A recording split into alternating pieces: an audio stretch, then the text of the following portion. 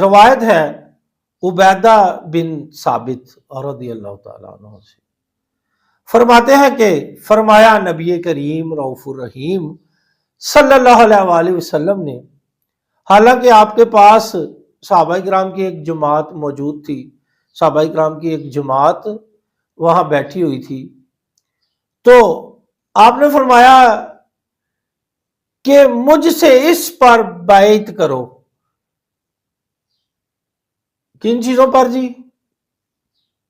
کہ اللہ کے ساتھ کسی کو شریک نہ کرنا۔ آپ نے فرمایا اس چیز پر بیعت کرو کہ تم اللہ کے ساتھ کسی کو شریک نہ کرو گے۔ اللہ کی جو ہے نا، کسی کو اللہ کے ساتھ شریک کرنا، یہ سب سے بڑا جرم ہے۔ یہ ایسا جرم ہے جس کی معافی نہیں ہو سکتی۔ قیامت والے دن جب نبی کریم رؤوف الرحیم صلی اللہ علیہ وآلہ وسلم دوزخ کا آخری چکر لگانے جائیں گے تو جناب دروغہ جہنم آپ سے عرض کریں گے، یا رسول اللہ، آپ کا کوئی امتی اب دوزخ میں نہیں رہ گیا سوائے ان کے کہ جن کو قرآن نے روکا ہوا ہے، یعنی کہ جو شرک کرتے ہیں۔ قرآن نے شرک سے منع فرمایا ہے، اور قرآن کس کا فرمان ہے؟ اللہ کا فرمان ہے، اور اس کو بیان کرنے والے کون ہیں؟ نبی کریم رؤوف الرحیم صلی اللہ علیہ وسلم۔ اب آپ نے فرمایا تم اس پر بیعت کرو کہ تم اللہ کے ساتھ کسی کو شریک نہ ٹھہراؤ گے، نہ چوری کرو گے۔ سرکار نے چوری کرنے سے منع فرمایا۔ چوری ایسا جرم ہے کہ اس کی سزا میں اسلام ہاتھ کاٹنے کا حکم دیتا ہے۔ اور نہ زنا کرو۔ زنا سنسار کرنے کے اس کی سزا ہے کہ بندے کو سنسار کر دیا جائے، پتھر مار مار کے مار دیا جائے، اتنا بڑا جرم ہے۔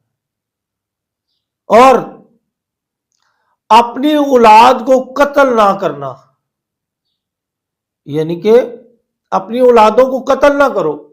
اس میں بہت ساری چیزیں آ سکتی ہیں، میرے پاس ٹائم بہت شارٹ ہے، لیکن اس چیز میں بہت سارے چیزیں آ سکتی ہیں اولاد کو قتل کرنے میں۔ اس کی تشریح میں فقہاء نے بہت کچھ لکھا ہے۔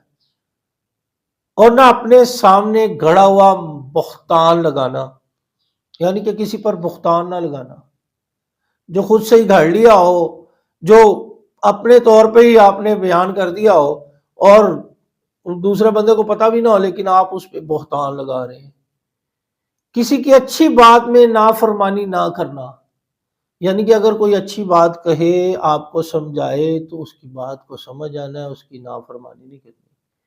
آج ہمارے معاشرے کا اصول یہ ہے کہ ہم لوگوں کو کہتے پھرتے ہیں، لو جی اے بوتا سیانا جی، سامنے حدیث پیش کرتے ہیں بندے کے تو وہ ادھر بھی بحث شروع کر دیتا ہے، جبکہ فقہاء فرماتے ہیں کہ جب رسول کریم رؤوف الرحیم صلی اللہ علیہ وآلہ وسلم کا ریفرنس آپ کے پاس آ جائے نا، تو پھر آپ نے کچھ نہیں کرنا، خاموشی اختیار کرنی ہے۔ ہاں، اگر آپ اس کی تصدیق کریں، اس کو ویریفیکیشن کر لیں یا ویریفائی کر لیں اس چیز کو، تو وہ بہتر ہے، لیکن ریفرنس کے سامنے چوں چرا نہیں ہونی چاہیے۔ اور پھر فرمایا تم میں سے جو وفائے عہد کرے، اس کا ثواب اللہ کے ذمہ کرم پر ہے، یعنی کہ جو کوئی وعدہ کرے اس کو پورا کرے۔ سرکار نے فرمایا وعدے کو پورا کیا کرو، کیونکہ اس کے بارے میں پوچھا جائے گا۔ تو جو آپ وعدہ کریں، وعدہ وفا کرے گا، اس کا ثواب اللہ کے ذمہ کرم پر ہے، یعنی کہ پھر آپ سوچ لیں کہ اس کا ثواب اللہ کتنا دے گا۔ اور جو ان میں سے کچھ کر بیٹھے، یعنی کہ یہ جو جتنی بھی میں نے باتیں بتائی ہیں، ان میں سے جو کچھ کوئی کر بیٹھے تو پھر کیا ہوگا، اور دنیا میں سزا پالے تو وہ اس کا کفارہ ہوگا۔ یعنی کہ اگر اس نے یہ جو میں نے بیان کیا ہے ان جرموں میں سے کوئی جرم کر لے اور اسے دنیا میں اس کی سزا مل جائے، تو پھر کیا ہوگا کہ اس کا کفارہ ہو جائے گا۔ اور جو ان میں سے کچھ کر لے، یعنی کہ پھر حکم ہے کہ جو ان چیزوں میں سے کچھ کر لے، پھر رب اس کی پردہ پوشی کرے، اللہ تعالیٰ اس کے جرموں پر پردہ ڈال لے، تو وہ اللہ کے سپرد ہے، یعنی کہ چیز پھر اللہ کے سپرد ہے۔ اللہ چاہے تو اسے معافی دے دے اور چاہے تو اسے سزا دے دے۔